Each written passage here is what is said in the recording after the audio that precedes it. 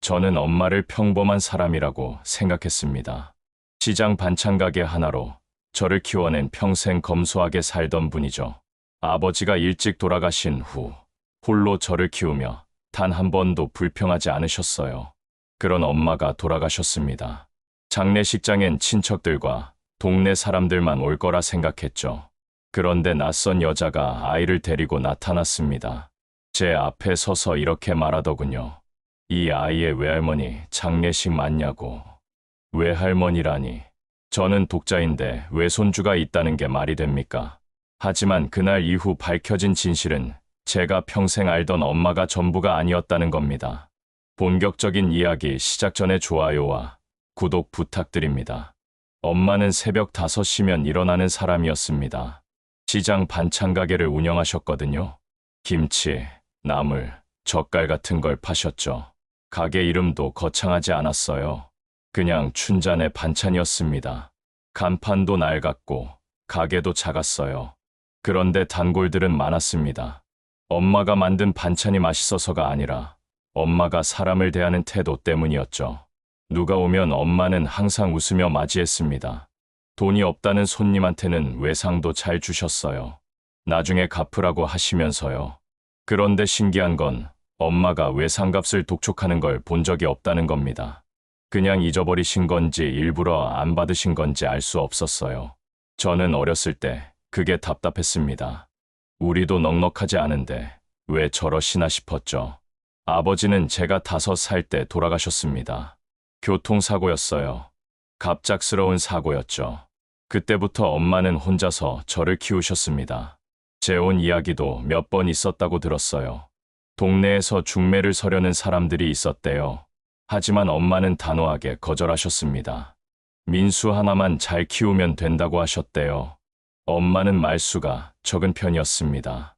잔소리도 별로 안 하셨어요. 제가 공부를 못해도 뭐라고 하지 않으셨죠. 대신 밥은 꼭 챙겨주셨습니다. 아침을 걸으면 안 된다고 하시면서요. 저는 그런 엄마가 좋았어요. 친구들은 엄마한테 공부 잔소리 듣는다고 스트레스 받는데 저는 그런 게 없었거든요. 대학도 지방에 있는 곳으로 갔습니다. 등록금이 싸다는 이유였죠. 엄마는 아무 말씀 안 하셨지만 제가 알아서 그렇게 결정했어요. 우리 형편에 서울 사립대는 무리였으니까요. 졸업하고 취직도 했습니다. 월급이 많지는 않았지만 그래도 엄마한테 용돈 드릴 수 있는 정도는 됐어요. 결혼은 35에 했습니다. 아내도 평범한 직장인이었죠. 엄마는 결혼식 날 조용히 웃으셨어요. 눈물은 안 흘리셨습니다. 그냥 민수야, 잘 살아라. 그 한마디만 하셨죠. 저는 그게 엄마답다고 생각했어요. 감정 표현을 잘 안 하시는 분이니까요. 엄마는 70이 넘어서도 가게를 계속하셨습니다. 제가 그만하시라고 했어요. 이제 쉬셔도 된다고 했죠. 그런데 엄마는 고개를 저으셨습니다. 일을 안 하면 심심하다고 하셨어요. 사람들 보는 게 좋다고 하셨죠. 저는 더 이상 말리지 않았습니다. 엄마가 좋아하시는 일이니까요. 그러던 어느 날이었습니다. 엄마가 쓰러지셨다는 연락을 받았어요. 가게에서 일하시다가 갑자기 쓰러지셨대요. 단골 손님이 발견해서 구급차를 불렀다고 했죠.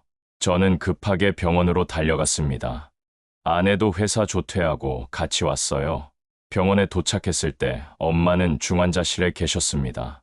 의사 선생님이 나와서 설명을 해주셨어요. 뇌출혈이라고 했습니다. 상태가 좋지 않다고 했죠. 각오를 하라는 말도 덧붙이셨어요.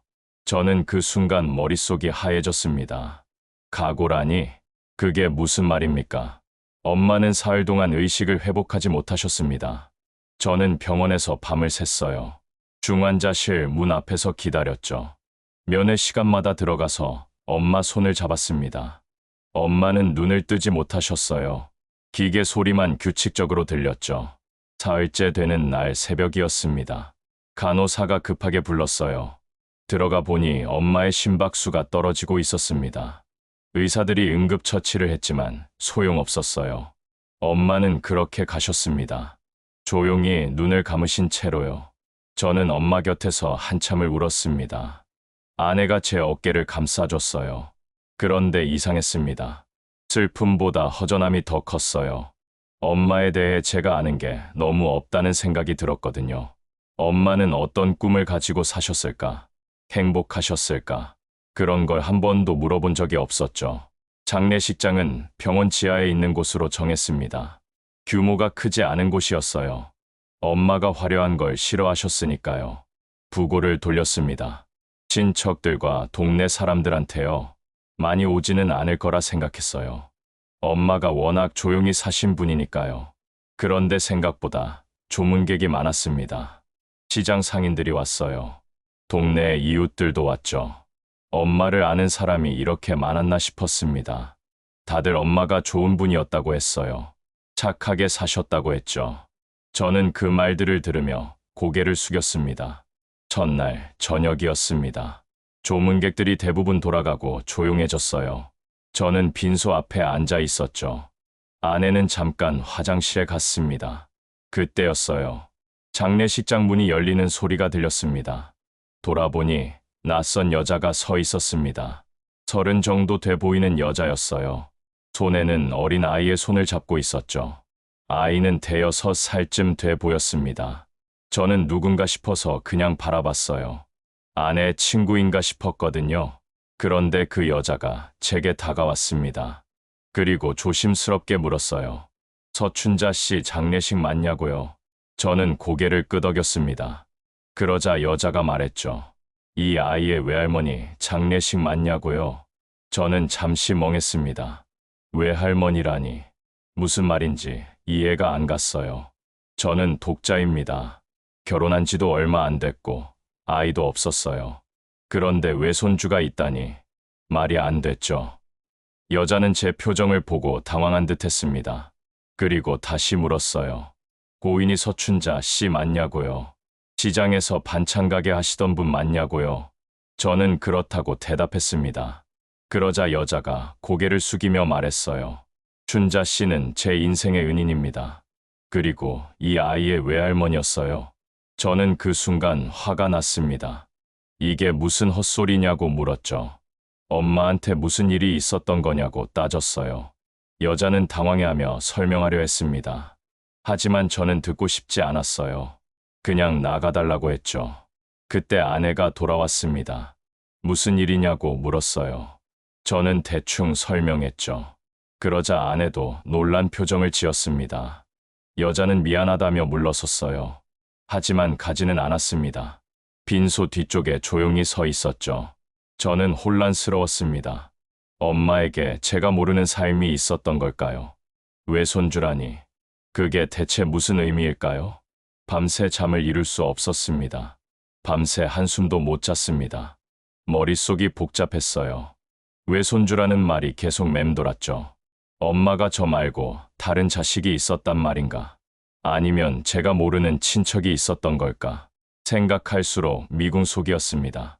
다음 날 아침 일찍 그 여자가 다시 왔습니다. 이번엔 아이 없이 혼자였어요. 조문객들이 오기 전 시간이었죠. 여자는 제게 다가와 정중하게 인사했습니다. 어제는 놀라게 해서 죄송하다고 했어요. 설명할 기회를 달라고 했죠. 저는 잠시 망설였습니다. 듣고 싶지 않았거든요. 하지만 궁금하기도 했어요. 대체 엄마와 무슨 관계였는지 말입니다. 결국 고개를 끄덕였습니다.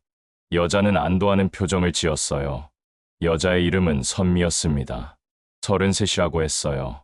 아이는 지우라고 했죠. 6살이라고 했습니다. 선미는 천천히 이야기를 시작했어요.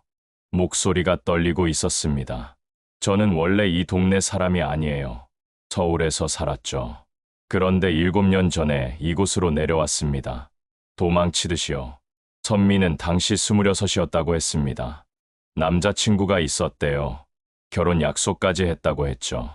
그런데 임신 사실을 알게 됐을 때 남자가 돌변했답니다. 책임질 수 없다고 했대요. 낙태하라고 했다고 했죠. 선미는 거절했습니다. 아이를 지키고 싶었대요. 그러자 남자는 연락을 끊어버렸답니다. 부모님께 말씀드렸지만 반응은 차가웠대요. 집안 망신이라고 했답니다. 당장 아이를 지우라고 했죠. 저는 집을 나왔어요. 갈 곳이 없었습니다. 돈도 많지 않았고요. 그냥 무작정 버스를 탔어요. 종점까지 갔죠. 그곳이 바로 이 동네였습니다.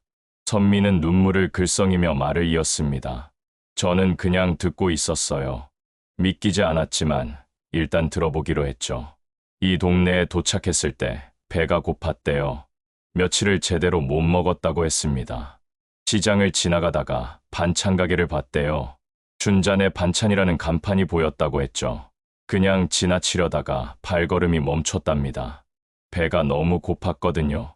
가게 앞에서 한참을 서성였대요. 돈이 없었거든요. 그런데 가게 안에서 누군가 나왔답니다. 바로 엄마였죠. 엄마는 선미를 보더니 물었대요. 밥 먹었냐고요. 선미는 고개를 저었답니다. 그러자 엄마가 가게 안으로 들어오라고 했대요. 밥 한 끼 먹고 가라고 했죠. 선미는 돈이 없다고 했답니다. 그런데 엄마는 괜찮다고 했대요. 그냥 먹고 가라고 했죠. 저는 그 자리에서 울었어요. 얼마 만에 받는 따뜻한 말인지 몰랐거든요. 춘자 씨는 저한테 밥을 차려주셨어요. 김치찌개랑 반찬들이었죠. 너무 맛있었습니다. 선미는 눈물을 닦으며 말했습니다. 저도 울컥했어요. 그게 엄마답긴 했거든요. 남한테 밥 먹이는 걸 좋아하시던 분이었죠. 밥을 먹고 나오려는데 춘자 씨가 물으셨어요. 갈 곳이 있냐고요? 저는 거짓말을 했습니다. 있다고 했죠. 그런데 춘자 씨는 알고 계셨나 봐요. 가방 하나 들고 헤매는 걸 보셨으니까요. 엄마는 선미에게 제안했대요. 당분간 가게 뒷방에서 지내라고요. 일손도 부족하니 가게 일 도와주면 된다고 했죠. 선미는 놀랐답니다. 처음 보는 사람한테 이런 제안을 하다니요. 저는 거절했어요. 처음엔요. 폐가 될 것 같았거든요. 그런데 춘자 씨가 웃으시며 말씀하셨어요. 혼자 사는 것보다 둘이 사는 게 낫다고요. 선미는 결국 엄마의 제안을 받아들였답니다. 가게 뒷방에서 지냈대요. 낮에는 가게 일을 도왔다고 했죠. 설거지도 하고 청소도 했답니다. 엄마는 선미를 친딸처럼 대해줬대요. 몇 주가 지났을 때 선미의 배가 불러왔답니다. 임신 사실을 숨길 수 없게 됐죠. 선미는 두려웠대요. 춘자 씨가 알면 쫓아낼까 봐요. 하지만 엄마는 전혀 다른 반응을 보였답니다. 춘자 씨는 제 배를 보시더니 웃으셨어요. 그리고 말씀하셨죠. 아이를 낳을 거냐고요. 저는 고개를 끄덕였습니다. 그러자 춘자 씨가 말씀하셨어요. 그럼 내가 도와주겠다고요. 저는 그 순간 말을 멈췄습니다. 선미의 이야기가 믿기지 않았거든요. 엄마가 정말 그런 일을 하셨단 말인가? 저도 모르게요. 선미는 계속 말했습니다. 엄마가 병원비를 대줬대요. 산부인과 검진도 같이 가주셨다고 했죠. 출산 준비물도 사주셨답니다. 아이 옷이랑 기저귀 같은 것들이요. 춘자 씨는 저한테 말씀하셨어요. 이 아이는 내가 지켜야 할 생명이라고요. 세상이 뭐라고 해도 너는 엄마가 되는 거라고요. 그 말을 들었을 때 정말 울었습니다. 선미는 아이를 낳았답니다. 딸이었대요. 지우라고 이름을 지었죠. 엄마는 출산 당일에도 병원에 왔대요. 밤새 기다려 주셨다고 했습니다. 아이가 태어났을 때 엄마가 처음으로 안아주셨대요. 춘자 씨가 말씀하셨어요. 이 아이는 내 외손녀나 다름없다고요. 내가 할머니가 되겠다고요. 저는 그 말이 너무 감사했습니다. 저는 멍하니 선미를 바라봤습니다. 외손녀라는 말의 의미를 이제야 알겠더군요. 혈연은 아니지만 엄마가 손녀처럼 키운 거였습니다. 선미는 말을 이었습니다. 엄마가 계속 도와줬대요. 양육비도 보태주셨다고 했죠. 매달 통장에 돈을 넣어주셨답니다. 많은 액수는 아니었지만 선미한테는 큰 돈이었대요. 저는 일자리를 구했어요. 식당에서 일했죠. 지우는 춘자 씨가 봐주셨습니다. 낮 동안 가게에서 아이를 돌봐주셨어요. 지우가 춘자 씨를 할머니라고 불렀습니다. 선미는 웃으며 말했습니다. 그런데 그 웃음에는 슬픔이 섞여 있었어요.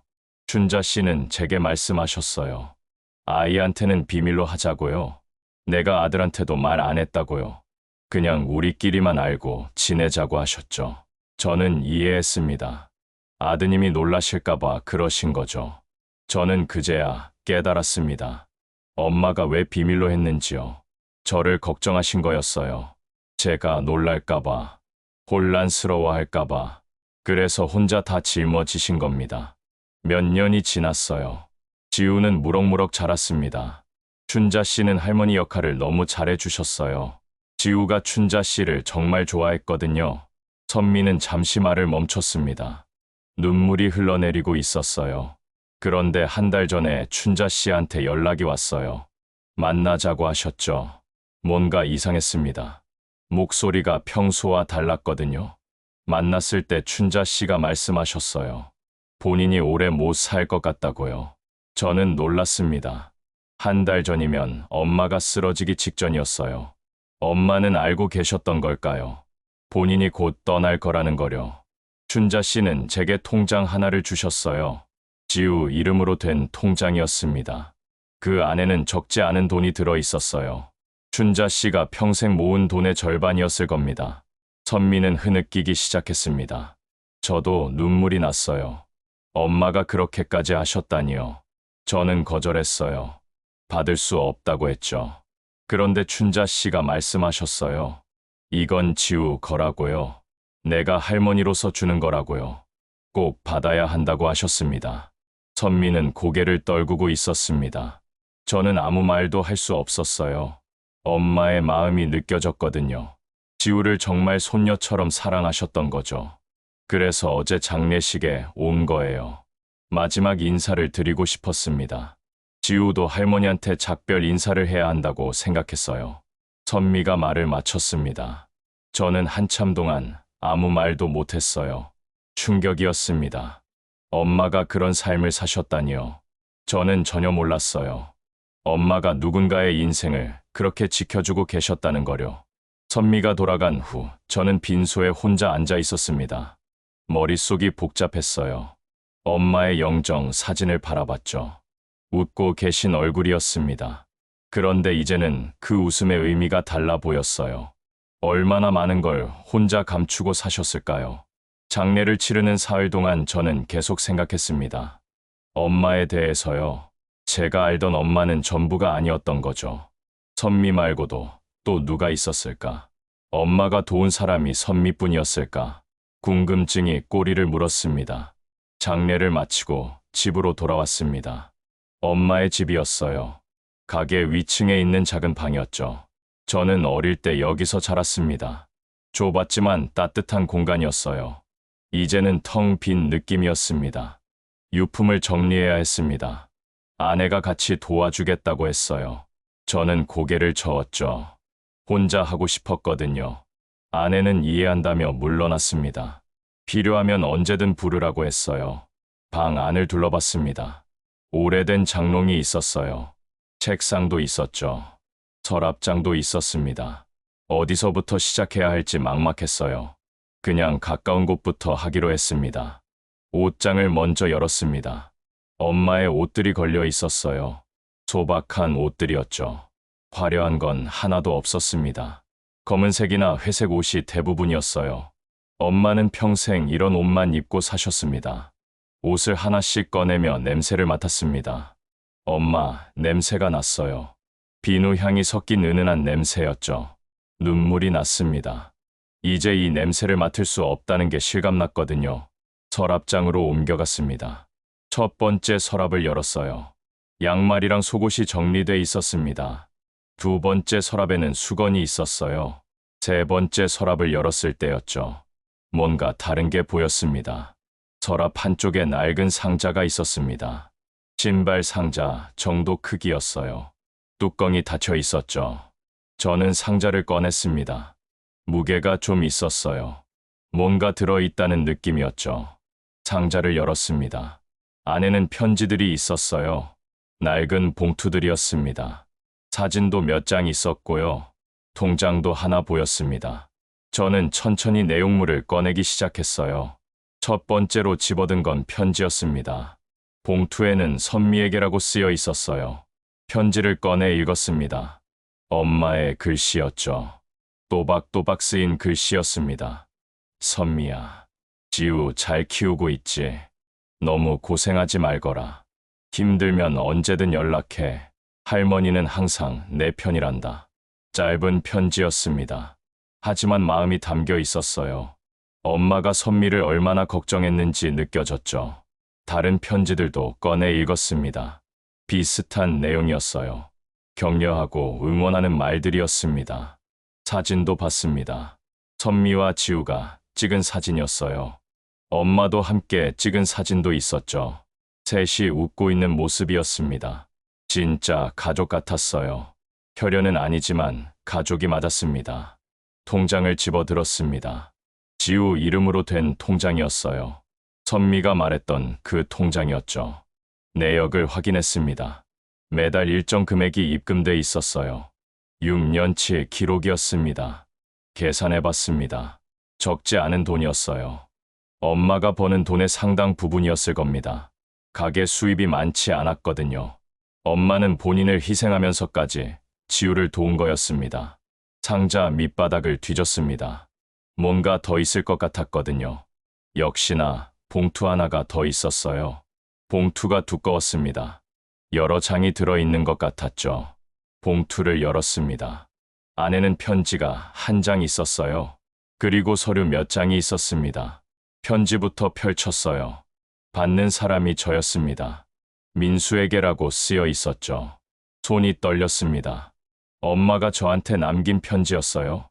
유언장 같은 거였죠. 천천히 읽기 시작했습니다. 민수야, 이 편지를 읽고 있다면 엄마는 이미 세상을 떠났겠구나. 미안하다. 말하지 못한 게 많아서 숨긴 것도 많고. 엄마의 글씨가 흔들리고 있었습니다. 쓰기 힘들었을 거예요. 하지만 끝까지 쓰셨더군요. 엄마는 평생 두 가지 후회를 안고 살았단다. 첫 번째는 너한테 더 잘해주지 못한 거. 가난해서 내가 원하는 걸 다 사주지 못했잖니. 미안하구나. 저는 고개를 저었습니다. 엄마는 충분히 잘해주셨어요. 제가 원하는 걸 다 주셨죠. 사랑을 주셨잖아요. 두 번째 후회는 더 많은 사람을 돕지 못한 것이란다. 세상에는 힘든 사람이 너무 많더구나. 엄마가 도울 수 있는 사람은 한정돼 있었어. 그게 안타까웠단다. 편지는 계속 이어졌습니다. 선미를 만난 건 우연이었어. 그 아이가 배고파하는 걸 보고 그냥 지나칠 수가 없었단다. 임신한 몸으로 거리를 헤매고 있더구나. 너무 불쌍했어. 도와주기 시작했어. 처음에는 밥 한 끼 주는 것뿐이었지. 그런데 그 아이한테 갈 곳이 없다는 걸 알았어. 그래서 우리 집에 있으라고 했단다. 지우가 태어났을 때 정말 기뻤어. 새 생명이 탄생한다는 게 얼마나 신비로운지 알았거든. 그 아이를 보면서 너를 처음 봤을 때가 생각났단다. 눈물이 흘러내렸습니다. 엄마의 마음이 느껴졌거든요. 민수야, 엄마는 내가 자랑스럽단다. 너는 착하게 자라줬어. 효자로 자라줬고 그것만으로도 엄마는 행복했단다. 하지만 엄마는 한 가지 더 바라는 게 있어. 선미와 지우를 좀 챙겨줬으면 좋겠구나.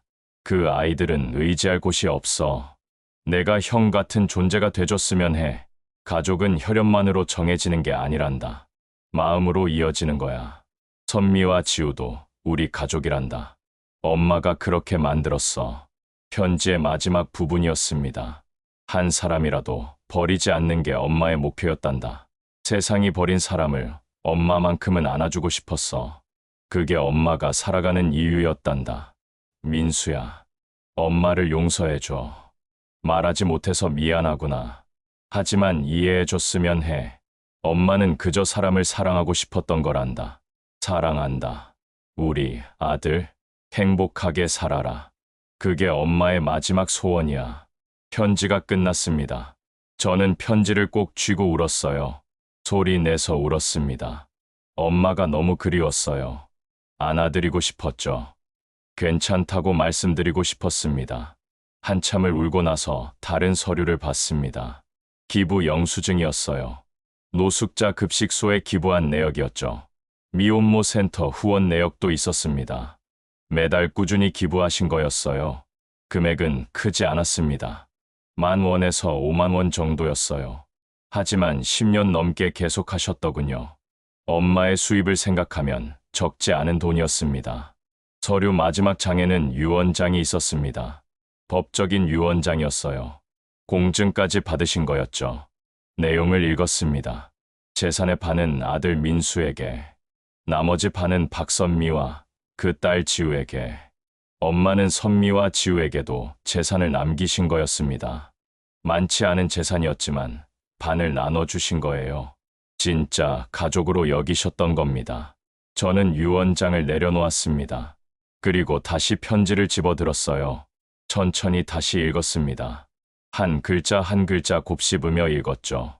가족은 혈연만으로 정해지는 게 아니란다. 마음으로 이어지는 거야. 엄마의 말씀이 가슴에 박혔습니다. 맞는 말씀이었어요. 가족은 혈연이 아니라 사랑으로 만들어지는 거였습니다. 엄마는 그걸 실천하며 사셨던 거죠. 저는 상자를 다시 정리했습니다. 편지와 사진, 서류들을 소중히 넣었어요.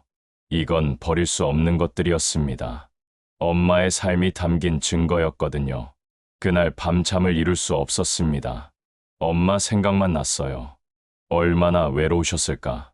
혼자 그 모든 걸 감추고 사시느라 힘드셨을 텐데 제게 말씀하지 못해서 답답하셨을 거예요. 하지만 동시에 이해도 됐습니다. 엄마는 저를 걱정하셨던 거예요. 제가 혼란스러워할까봐, 부담스러워할까봐. 그래서 혼자 다 짊어지신 겁니다. 그게 엄마의 사랑이었던 거죠. 다음 날 아침 일찍 시장으로 갔습니다. 엄마의 가게가 있는 곳이었어요. 문을 열고 들어갔죠. 가게 안은 여전히 엄마 냄새가 났습니다. 김치와 된장 냄새가 섞인 특유의 향이었어요. 가게를 둘러봤습니다. 진열대에는 반찬 통들이 놓여 있었어요. 이제는 텅 비어 있었지만요. 냉장고도 있었고 조리대도 있었습니다. 엄마가 평생을 일한 공간이었죠. 뒷방으로 가봤습니다. 선미가 지냈다던 그 방이었어요. 작은 방이었습니다. 침대 하나 놓으면 꽉 찰 정도였죠. 창문도 작았어요. 햇빛이 잘 들어오지 않는 방이었습니다. 이런 곳에서 선미가 지냈다니, 임신한 몸으로 말이죠. 엄마는 이 방을 내주시고 어디서 주무셨을까? 아마 위층 방에서 주무셨겠죠. 혼자 외롭게요. 방 한쪽에 상자가 쌓여 있었습니다. 택배 상자 같았어요. 뭐가 들었을까 싶어서 열어봤습니다. 유아용품이 가득했어요. 기저귀, 분유, 아기 옷들이었죠. 상자가 여러 개였습니다. 하나씩 열어봤어요. 다 비슷한 물건들이었습니다. 아기를 위한 것들이었죠. 지우를 위해 준비해둔 거였을 겁니다. 언제든 필요하면 쓰라고요. 눈물이 났습니다. 엄마가 얼마나 세심하게 챙기셨는지 알 수 있었거든요. 그냥 돈만 준 게 아니었어요. 이렇게 물건도 준비해 두신 겁니다. 손녀를 위해서요. 가게 밖으로 나왔습니다. 시장 사람들이 보였어요. 엄마를 알던 분들이었죠. 한 분이 저를 보더니 다가왔습니다. 옆 가게 사장님이었어요. 어머니, 일은 안 됐네. 좋은 분이셨는데. 고개를 숙여 인사했습니다. 그러자 사장님이 말을 이었어요. 어머니가 얼마나 착한 분이었는지 아나. 여기서 제일 인심 좋은 분이었어. 누가 힘들다고 하면 그냥 못 지나치셨지. 저는 물었습니다. 어떤 일들을 하셨냐고요? 사장님은 웃으며 대답했어요. 한두 가지가 아니지. 옆 가게 아줌마가 병원비 없을 때도 도와주셨어. 빌려준다고 하면서 말이야. 근데 갚으라는 소리 한 번도 안 하셨어. 다른 분도 다가왔습니다. 채소 가게 하시는 할머니였어요. 춘자 씨가 얼마나 좋은 분인데. 내가 허리 다쳤을 때 한 달 동안 가게 일 도와주셨어. 돈도 안 받고 말이야. 저는 놀랐습니다. 그런 일도 있었다니요. 엄마는 저한테 한 번도 말씀 안 하셨어요. 그냥 바쁘다고만 하셨죠. 시장을 돌아다니며 사람들한테 물어봤습니다. 엄마에 대해서요. 다들 비슷한 이야기를 해주셨어요. 엄마가 누군가를 도왔다는 이야기들이었죠. 어떤 분은 말씀하셨습니다. 엄마가 새벽마다 노숙자들한테 밥을 나눠줬다고요. 김밥이랑 물을 챙겨서 돌아다니셨대요. 겨울에도 빠짐없이 하셨답니다. 다른 분은 이렇게 말했어요. 엄마가 동네 독거노인들 집을 자주 찾아갔다고요. 반찬을 갖다 드렸대요. 말벗도 되드렸답니다. 외로워하시는 분들을 위해서요. 저는 충격을 받았습니다. 엄마가 그렇게 많은 일을 하셨다니요. 전혀 몰랐어요. 엄마는 한 번도 말씀하지 않으셨거든요. 그냥 묵묵히 실천하신 겁니다. 동네 커뮤니티 센터에 들렀습니다. 혹시 엄마 관련 기록이 있을까 싶어서요. 직원분께 여쭤봤죠. 서춘자라는 이름으로 뭔가 활동한 게 있냐고요. 직원분이 컴퓨터를 확인해 주셨습니다. 그리고 논란 표징을 지으셨어요. 많으시네요. 봉사 활동 기록이 엄청 많아요. 급식 봉사, 청소 봉사, 말벗 봉사까지 다 하셨네요. 기록을 프린트해 주셨습니다. 종이가 여러 장이었어요. 10년 넘게 봉사하신 기록이었죠. 거의 매주 나오셨더군요. 빠지는 주가 거의 없었습니다. 저는 종이를 들고 밖으로 나왔습니다. 벤치에 앉아서 천천히 읽었어요. 급식소 봉사가 제일 많았습니다. 노숙자들한테 밥을 나눠주는 일이었죠. 기록 옆에 코멘트도 있었습니다. 봉사자 평가 같은 거였어요. 엄마에 대한 평가를 읽었습니다. 서춘자 봉사자님은 정말 성실하십니다. 한 번도 지각하지 않으시고 항상 웃으며 일하세요. 노숙자분들이 춘자님을 무척 좋아합니다. 다른 코멘트도 있었어요. 춘자님은 단순히 밥만 주시는 게 아닙니다. 한 분 한 분 눈을 맞추고 이야기를 들어주세요. 그래서 노숙자분들이 춘자님만 기다리곤 합니다. 눈물이 또 났습니다. 엄마가 얼마나 따뜻한 분이셨는지 알겠더군요. 그냥 의무적으로 봉사한 게 아니었어요. 진심으로 사람들을 대하신 겁니다. 미혼모 센터도 찾아갔습니다. 엄마가 후원하셨다던 곳이었어요. 센터장님께 말씀드렸죠. 서춘자의 아들이라고요. 센터장님이 반갑게 맞아주셨습니다. 어머니, 소식 들었습니다. 정말 안타까워요. 어머니는 저희 센터의 큰 후원자셨어요. 센터장님이 앨범을 꺼내주셨습니다. 행사 사진들이 담긴 앨범이었어요. 사진을 넘기다가 엄마를 발견했습니다. 미혼모들과 함께 찍은 사진이었죠. 엄마는 웃고 계셨습니다. 아기를 안고 계셨어요. 다른 사진에서는 미혼모들과 밥을 먹고 계셨죠. 정말 행복해 보이는 얼굴이었습니다. 센터장님이 말씀하셨어요. 어머니는 매달 후원금을 보내주셨어요. 많은 금액은 아니었지만 정말 꾸준하셨죠. 그리고 가끔 직접 오셔서 아이들을 돌봐주기도 하셨습니다. 저는 물었습니다. 엄마가 어떤 모습이셨냐고요. 센터장님은 미소를 지으며 대답했어요. 정말 다정하셨어요. 미혼모들한테 엄마 같은 존재셨죠. 다들 춘자 언니라고 불렀습니다. 고민 상담도 많이 해주셨어요. 센터를 나오며 생각했습니다. 엄마는 선미만 도운 게 아니었어요. 수많은 미혼모들을 도우셨던 겁니다. 선미는 그중 한 명이었을 뿐이죠. 집으로 돌아와 엄마 방을 다시 뒤졌습니다. 혹시 또 뭔가 있을까 싶어서요. 책장을 살펴봤죠. 낡은 앨범이 하나 있었습니다. 앨범을 꺼내 펼쳤습니다. 사진들이 가득했어요. 엄마와 저희 사진도 있었죠. 어렸을 때 찍은 사진들이었습니다. 엄마는 항상 웃고 계셨어요. 중간쯤 넘기다가 다른 사진들을 발견했습니다. 낯선 사람들과 찍은 사진이었어요. 노숙자분들과 찍은 사진도 있었죠. 급식소에서 찍은 것 같았습니다. 미혼모들과 찍은 사진도 많았습니다. 아기들을 안고 있는 사진이었어요. 엄마는 늘 환하게 웃고 계셨죠. 정말 행복해 보이는 얼굴이었습니다. 마지막 페이지에 메모가 있었습니다. 엄마의 글씨였어요. 내가 사랑한 사람들, 내 인생의 의미들. 저는 앨범을 가슴에 안았습니다. 엄마의 삶이 느껴졌거든요. 엄마는 정말 많은 사람을 사랑하며 사셨던 겁니다. 저만 사랑한 게 아니었어요. 세상의 모든 약자를 사랑하신 거죠. 그날 밤 아내에게 말했습니다. 엄마가 어떤 분이었는지요. 제가 알던 엄마가 전부가 아니었다고 했죠. 엄마는 훨씬 더 위대한 분이었다고 말했습니다. 아내는 조용히 들어주었습니다. 그리고 말했어요. 어머니는 정말 대단한 분이셨네요. 그런 삶을 사신 거예요. 저는 고개를 끄덕였습니다. 맞는 말이었어요. 엄마는 정말 대단한 분이셨습니다. 평범해 보였지만 전혀 평범하지 않은 삶을 사셨던 거죠. 그제야 깨달았습니다. 제가 알던 엄마는 빙산의 일각이었던 거예요. 수면 아래에는 훨씬 더 큰 삶이 있었습니다. 수많은 사람을 품은 삶이요. 엄마는 저한테 평범한 어머니였습니다. 하지만 세상한테는 천사였어요. 버려진 사람들의 희망이었죠. 외로운 사람들의 친구였습니다. 제가 자랑스러워해야 할 건 이런 엄마를 둔 거였습니다. 착하게 살라고만 하셨던 게 아니에요. 직접 보여주신 겁니다. 어떻게 사는 게 착한 삶인지를요. 엄마가 돌아가신 지 한 달이 지났습니다. 저는 많은 걸 생각했어요. 엄마의 삶에 대해서요. 그리고 제 삶에 대해서도요. 엄마처럼 살 수 있을까? 그런 고민을 했습니다. 선미에게 연락했습니다. 만나자고 했어요. 이야기할 게 있다고 했죠. 선미는 지우를 데리고 나왔습니다. 카페에서 만났어요. 지우는 수줍어하며 제 옆에 앉았습니다. 작고 예쁜 아이였어요. 엄마가 사랑했을 만했죠. 저는 지우를 보며 웃었습니다.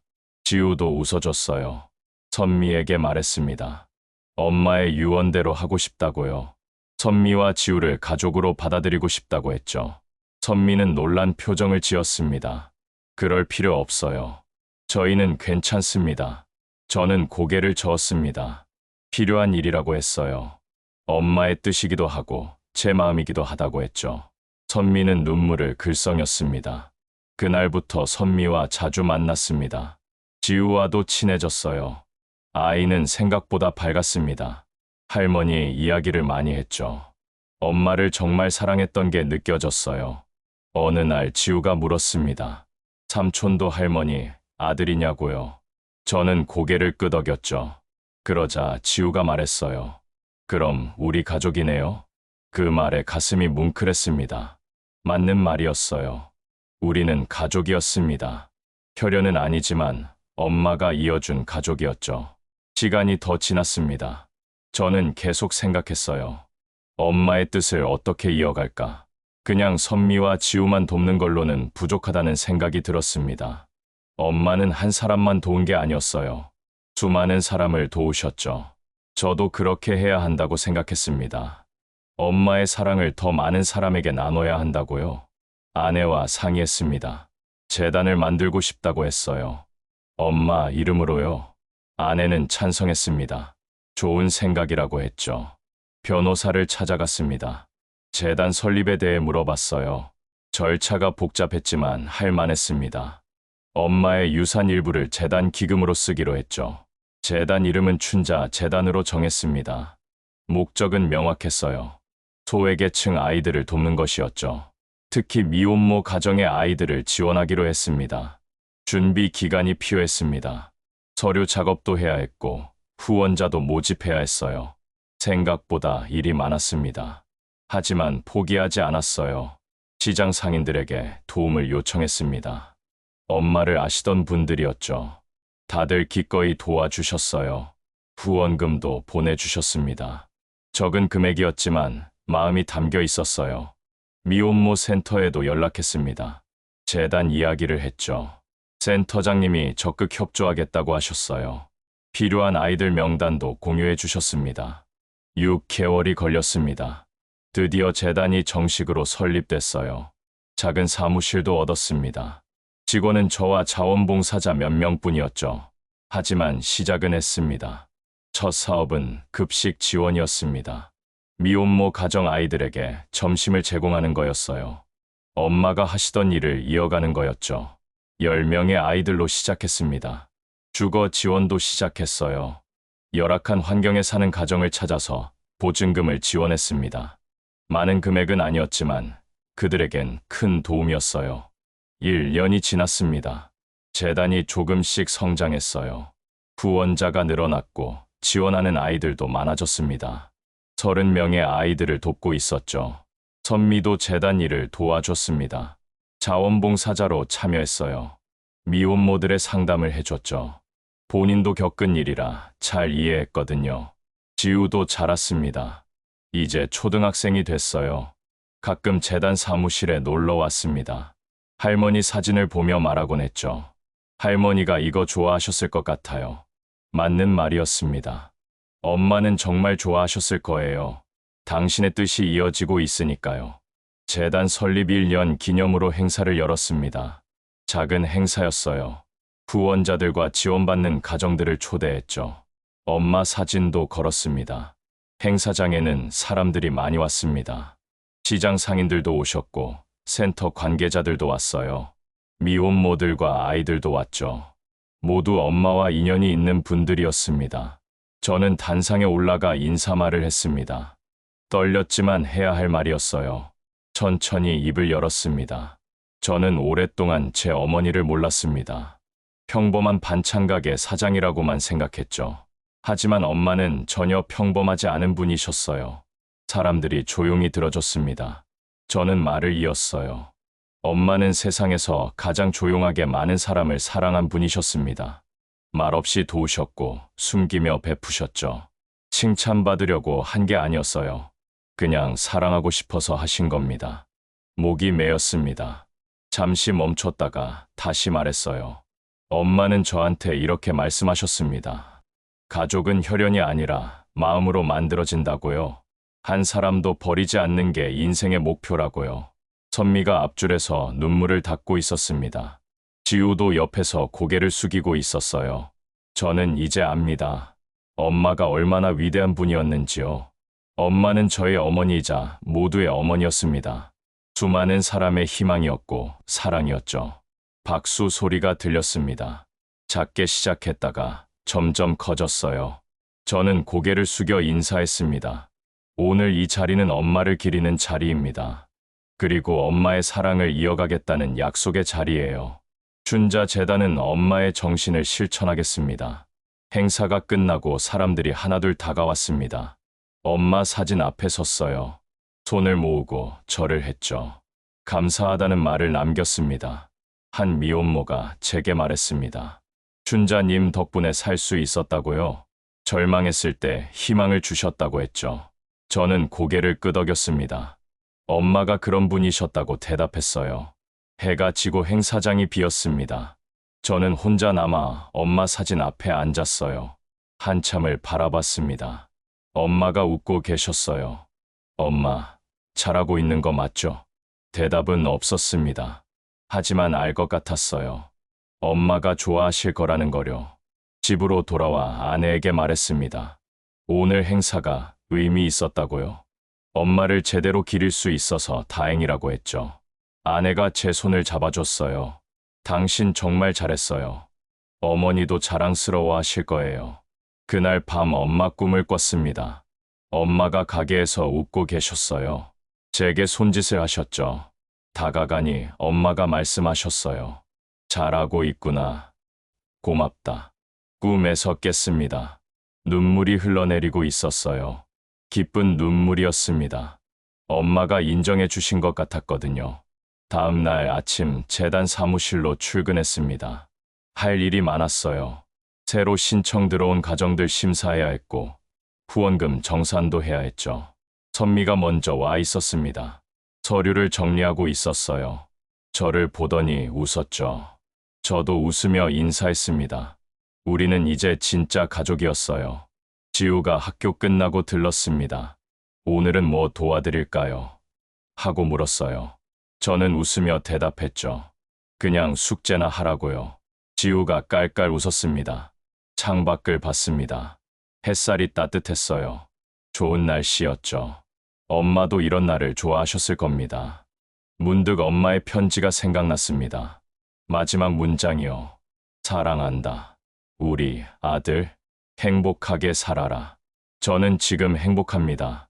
엄마의 뜻을 이어가고 있으니까요. 많은 사람을 도우며 살고 있으니까요. 이게 바로 엄마가 원하신 삶이었을 겁니다. 엄마는 평생을 남을 위해 사셨습니다. 저도 그렇게 살고 싶어요. 완벽하지는 못하겠지만 최선을 다하고 싶습니다. 그게 엄마를 기리는 길이니까요. 책상 위에 엄마 사진이 놓여 있습니다. 매일 아침 인사해요. 오늘도 잘 부탁드린다고요? 그러면 엄마가 대답하시는 것 같아요. 잘하고 있다고요. 저는 이제 압니다. 엄마가 제게 남긴 게 뭔지요. 재산이 아니었어요. 사랑이었습니다. 사람을 대하는 방법이었죠. 세상을 보는 시선이었습니다. 그걸 배웠으니 이제 실천할 차례입니다. 엄마처럼 조용히요. 엄마처럼 따뜻하게요. 그렇게 살아가는 겁니다. 저는 엄마의 아들입니다. 그리고 춘자 재단의 대표입니다.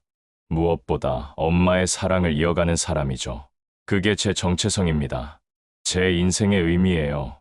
엄마, 지켜봐 주세요. 제가 당신처럼 살 수 있도록요.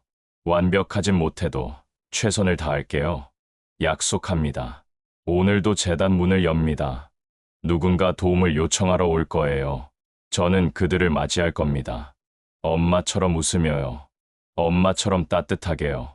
그게 바로 엄마가 원하신 삶이니까요. 모두의 어머니였던 당신의 뜻을 이어가는 거니까요. 엄마, 사랑합니다. 당신은 저의 자랑이에요. 영원히 기억하겠습니다.